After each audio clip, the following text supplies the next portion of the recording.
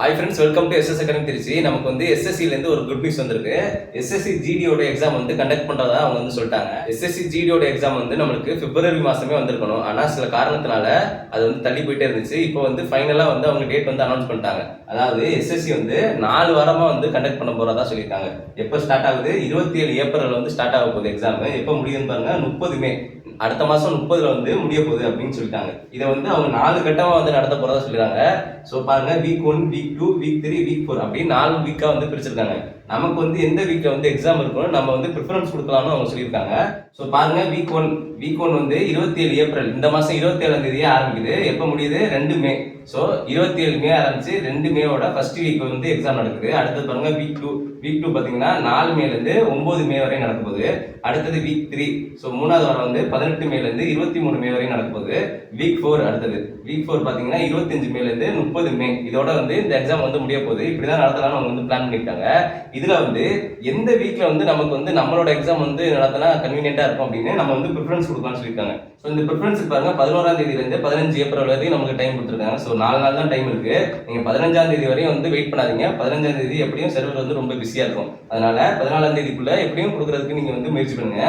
So இவ்வளோ நாளாக வந்து எக்ஸாம் எப்போ நடக்கும் நிறைய ஸ்டூடெண்ட்ஸ் வந்து கேட்டுட்டே இருந்தீங்க. இப்போ வந்து எக்ஸாம் டேட் வந்து அறிவிச்சிட்டாங்க. இப்போ வந்து நம்மளுக்கு பாருங்க 27 ஸ்டார்ட் ஆகுது. இன்னைக்கு தேதி வந்து 11. இன்னும் பார்த்தீங்கன்னா நம்மளுக்கு ஒரு 15 நாள் தான் டைம் இருக்கு. இந்த 15 நாள், இந்த லாஸ்ட் 15 நாள் வந்து நம்ம என்ன பண்ணணும், எப்படி வந்து ரிவிஷன் பண்ணலாம் அப்படிங்கிறத பற்றி இப்போ பார்க்கலாம். ஸோ பாருங்க, ஒவ்வொரு டாப்பிக்கும் ஒவ்வொரு நாளைக்கும் எவ்வளோ நேரம் வந்து ஸ்ப்ளிட் பண்ணி படிக்கணும்னு சொல்லியிருக்கேன். மேக்ஸ் பாருங்க 3 மணி நேரம் போட்டு பார்க்கணும். ஒரு நாளைக்கு மேக்ஸ் மட்டுமே 3 மணி நேரம் பார்க்கணும். ரீசனிங் பாருங்க 2 மணி நேரம் பார்க்கணும். மேக்ஸும் ரீசனிங் தான் நம்மளுக்கு வந்து ஸ்கோரிங் ஏரியா. அதனால மொத்தமாக 5 மணி நேரம் அதுக்கு நம்ம வந்து ஸ்பெண்ட் பண்ணணும். அடுத்து பாருங்க, ஸ்டாட்டிக் ஜிகே, இது வந்து 1 ஹவர் பாருங்க. கரண்ட் அஃபேர்ஸ் 1 ஹவர் பாருங்க. ஜென்ரல் சயின்ஸ் 1 ஹவர் பாருங்க. ஜென்ரல் நாலேஜ் 1 ஹவர் பாருங்க. மொத்தமாக 9லேருந்து 10 மணி நேரம் நம்ம வந்து படிக்கணும். இந்த கடைசி வரப்போற 15 நாளைக்கு நம்ம வந்து 9லேருந்து 10 மணி நேரம் படிக்கணும். இதுல வந்து இந்த மேக்ஸ் ரீசனிங்ல எந்தெந்த டாபிக் வந்து நம்ம படிக்கணும்னு இப்போ நான் சொல்றேன், எக்ஸ்பிளைன் பண்றேன். லாஸ்ட் ரிவிஷனால எது ரொம்ப முக்கியம் அப்படிங்கிறத நான் சொல்றேன். பாருங்க, மேக்ஸை பொறுத்தவரையும் எந்தெந்த டாபிக் வந்து முக்கியம்னு நான் கொடுத்துருக்கேன்.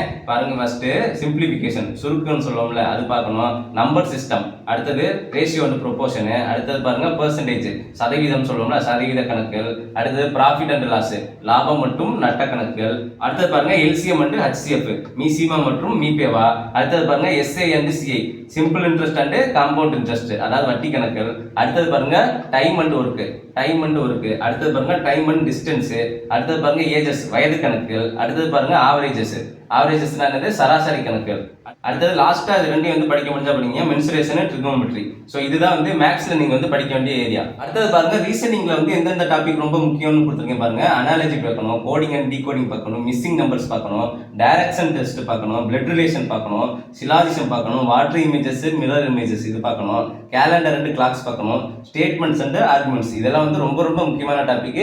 இதை வந்து மிஸ் பண்ணாம டெய்லியும் ஒர்க் அவுட் பண்ணி பாருங்க. அடுத்தது பாருங்க, ஸ்டாட்டிக் ஜிகே கீழே இருக்கிற முக்கியமான டாபிக்ஸ் கொடுத்துருக்கேன். ஃபர்ஸ்ட் பாயிண்ட் பாருங்க, ஃபெஸ்டிவல்ஸ் இன் இந்தியா, அடுத்தது பாருங்க டான்சஸ் இன் இந்தியா. ஸோ இது ரெண்டும் வந்து ரொம்ப முக்கியம். இந்தியாவில் கொண்டாடக்கூடிய முக்கியமான ஃபெஸ்டிவல்ஸ், இந்தியாவில் ஆடக்கூடிய முக்கியமான டான்ஸ், இதெல்லாம் வந்து பார்த்துக்கணும். அடுத்தது பாருங்க, இம்பார்ட்டன்ட் டேஸ், ஒரு வருஷத்துல இருக்கிற முக்கியமான தினங்கள் பற்றி தெரிஞ்சுக்கணும். அடுத்தது பாருங்க யுனெஸ்கோ சைட், இந்தியாவில் இருக்கிற யுனெஸ்கோ சைட்ஸ் என்னென்ன அப்படிங்கிறது தெரிஞ்சுக்கணும். அடுத்தது பாருங்க டேம்ஸ் அண்ட் ரிவர், அதாவது இந்தியாவில் இருக்கிற ஆறுகள் மற்றும் அணைகள், இதை பத்தி தெரிஞ்சுக்கணும். அடுத்தது பாருங்க முக்கியமான ஸ்போர்ட்ஸ் ரிலேட்டடான ஸ்டாட்டிக் ஜிகே தெரிஞ்சுக்கணும். அடுத்து அவார்ட்ஸ், இந்த பத்மா அவார்ட்ஸ் எல்லாம் இருக்குல்ல, இதை பத்தி விஷயத்த தெரிஞ்சுக்கணும். அடுத்தது பாருங்க இம்பார்ட்டன்ட் பர்சனாலிட்டிஸ், இந்தியாவில் இருக்க முக்கியமான தலைவர்கள் பத்தி தெரிஞ்சுக்கணும். அடுத்தது பாத்தீங்கன்னா சென்சஸ் 2011, அதாவது மக்கள் தொகை கணக்கெடுப்பு 2011, இதுல இருந்து தான் போன டைம் வந்து அதிகமான கொஸ்டின் வந்து கேட்டாங்க. அதனால இதை நல்லா பாத்துக்கங்க. அடுத்தது பாருங்க நேஷனல் பார்க்ஸ், இந்தியாவில் இருக்க தேசிய பூங்காக்கள் பத்தி தெரிஞ்சுக்கணும். இதுதான் வந்து ஸ்டாட்டிக் ஜிகேல நீங்க முக்கியமா தெரிஞ்சுக்க வேண்டியது.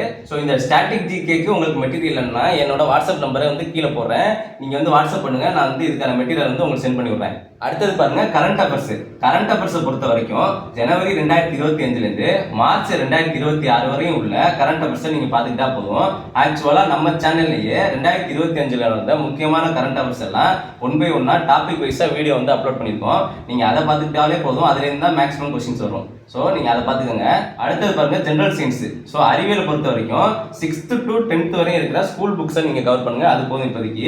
அடுத்தது பாருங்க ஜென்ரல் நாலேஜ், பொது அறிவியலை பொறுத்த வரைக்கும் அதே மாதிரி 6th to 10th வரையும் இருக்கிற ஸ்கூல் புக்ஸை கவர் பண்ணுங்க. ஸோ இந்த மாதிரி பிளான் பண்ணி படிங்க. ஒரு நாளைக்கு 9லேருந்து 10 மணி நேரம் நீங்க ரிவிஷன் பண்ணீங்கன்னா கண்டிப்பா இந்த எக்ஸாம் வந்து கிளியர் பண்ணிடலாம். ஸோ நல்லா படிங்க friends. All the best. Thank you.